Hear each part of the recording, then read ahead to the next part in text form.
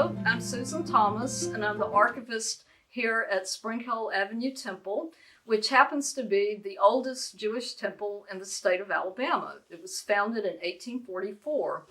As archivist, I'm over the records of the temple, some of which go back to the 1800s. Today, I'm going to be talking about Leon Schwarz. Leon Schwarz is probably the most famous Mobilian you've never heard of.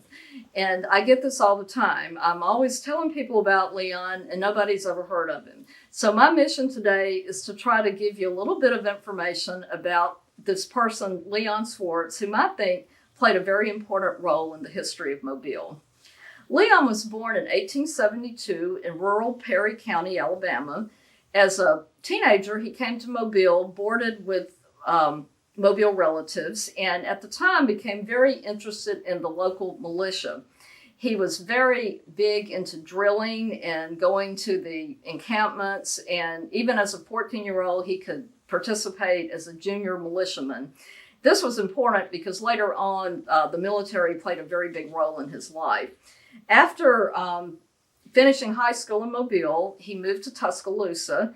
Up there, he was part of the Warrior Guards, which were another militia group that eventually became part of the Alabama National Guard. He worked in a bank up until early 20s, and at that time, he moved to Birmingham, Alabama, after living in Tuscaloosa, worked there for about 6 months, then moved to New Orleans, where he worked another 6 months, and then went to Nicaragua to work for an import-export business as a bookkeeper. He loved to travel, and all these experiences, I think, helped mold him to the type of person that became active in the political scene in Mobile later. He returned to Mobile in 1904. In 1909, he married Addie Hertzfield, and one thing we have in the archives is his bride's book, which he put together. Even though it's called a bride's book, he actually did all of the compiling of the material in the bride's book. The other thing we have by Leon in the archives is his autobiography. And to me, this is just fascinating. It's over 300 pages long.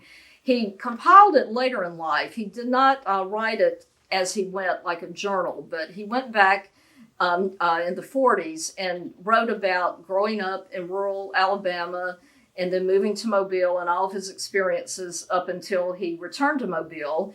And it, to me, is very fascinating because he talks about a lot of the cultural activities of Mobile in the late 1800s and the early 1900s. So anybody interested in cultural history of Mobile, this is a very interesting document to look at. And we have it here in the archives at the temple. Anyway, after he married Addie and compiled the bride's book, and I like to mention it just to give you an example of the cultural history aspect, the bride's book lists all of his wedding gifts. He had, I believe, over 300 wedding gifts, which he meticulously records, and they include all type of things like olive spoons, sardine forks, cracker jars, just things you've never heard of today, which to me it's very interesting. I have a real interest in old china and dishes, and this just fascinates me. So if that's something you're interested in, you might want to check it out in his bride's book. Interestingly, after getting married and receiving all these gifts, they did not start their own house right away, but moved in with her father, where they lived several years until eventually getting a house. Interesting to me, too, is the house they lived in is where the America's Distinguished Young Women, formerly the Junior Miss headquarters, is located on Government Street. That was the Hertzfield house. Okay, when he returned to Mobile and married, he became an insurance underwriter. And that was actually his business the rest of his career until toward the end of his career, he did take over the Mobile Mattress Company, which originally belonged to his father-in-law and then his brother-in-law. But for most accounts, he was an insurance underwriter.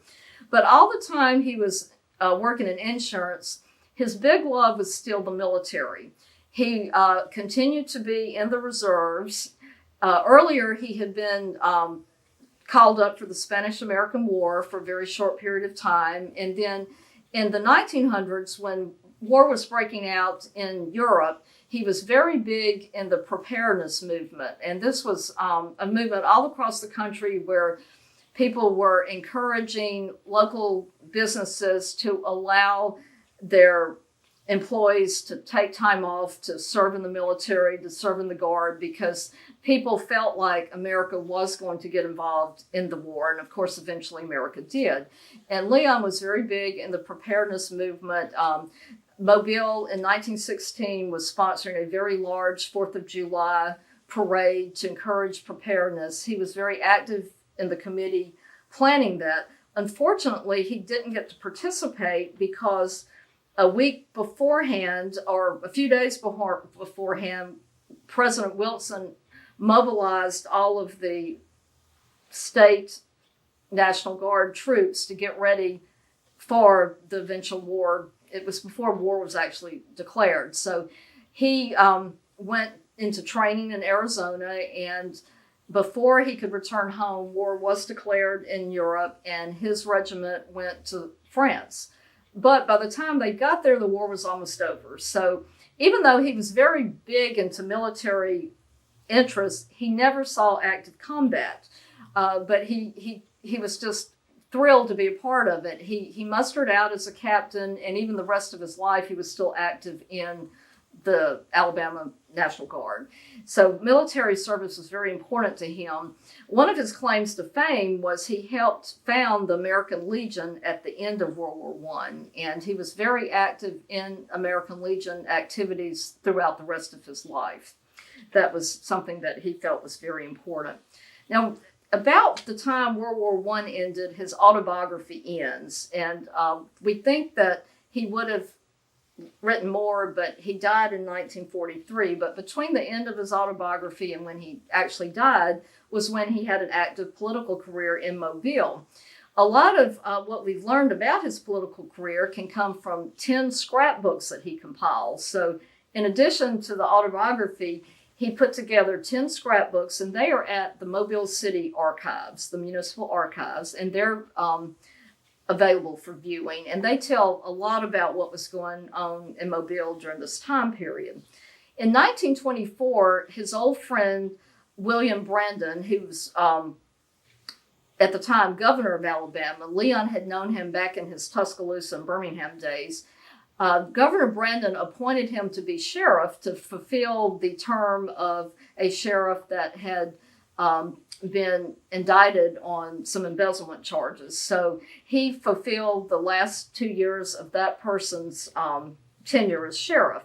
And he was popular as sheriff, but he did not run for election after his term was up. However, he did run for election for the Mobile City Council, and he served in the council from 1926 to 1931.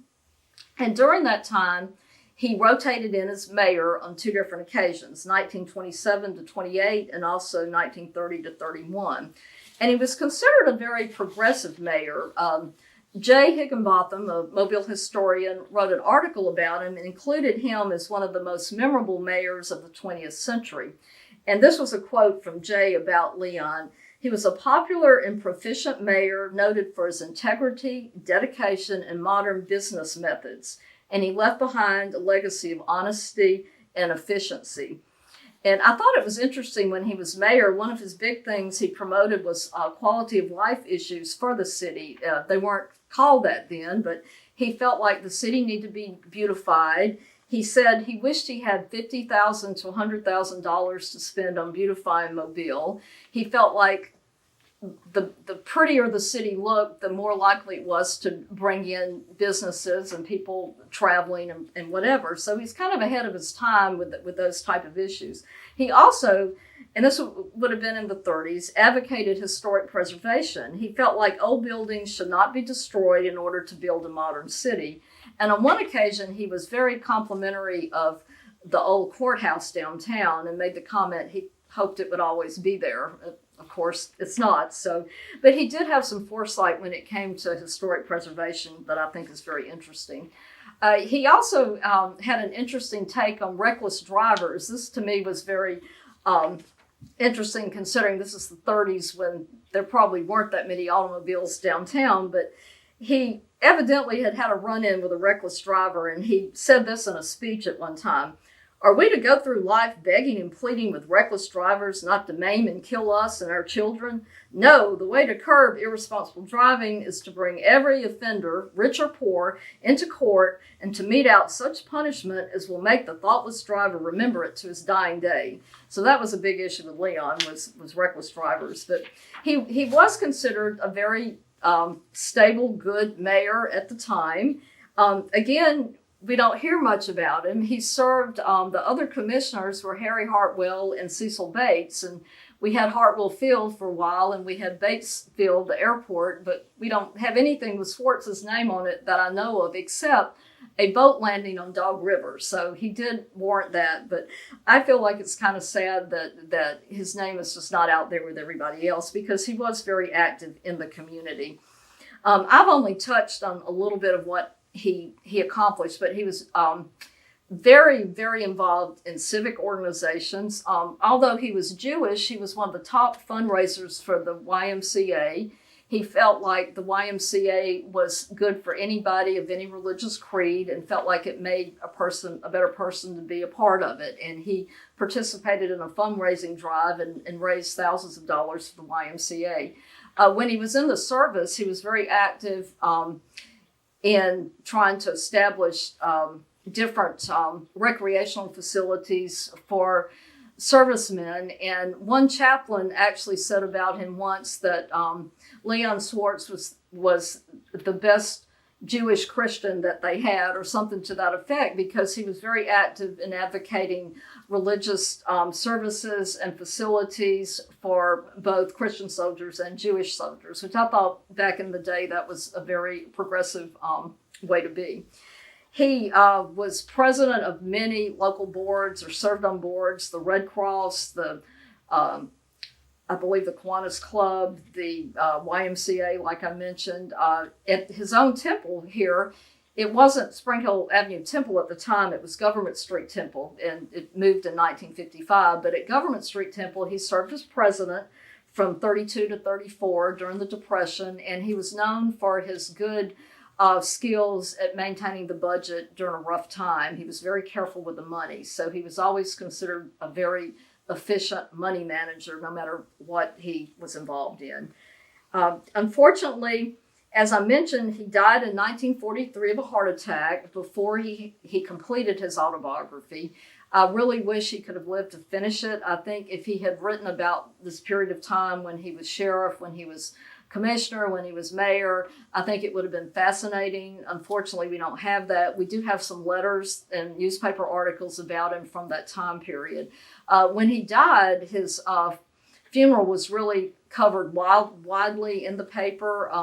He was, had many obituaries written about him, talking about what a wonderful Mobilian he was and what he'd accomplished during his lifetime. So I appreciate having this chance to share with you about Leon. Like I mentioned, I think he is one of those most famous Mobilians you've never heard of, and I see my mission as an archivist here at the temple to try to spread the word about him. So if you're interested in learning more about Leon, you can come to the temple and make an appointment to see me, and I will be glad to pull out his bride book, his autobiography. We have a lot of photographs, some correspondence, various things he's put together, and I can share that with you.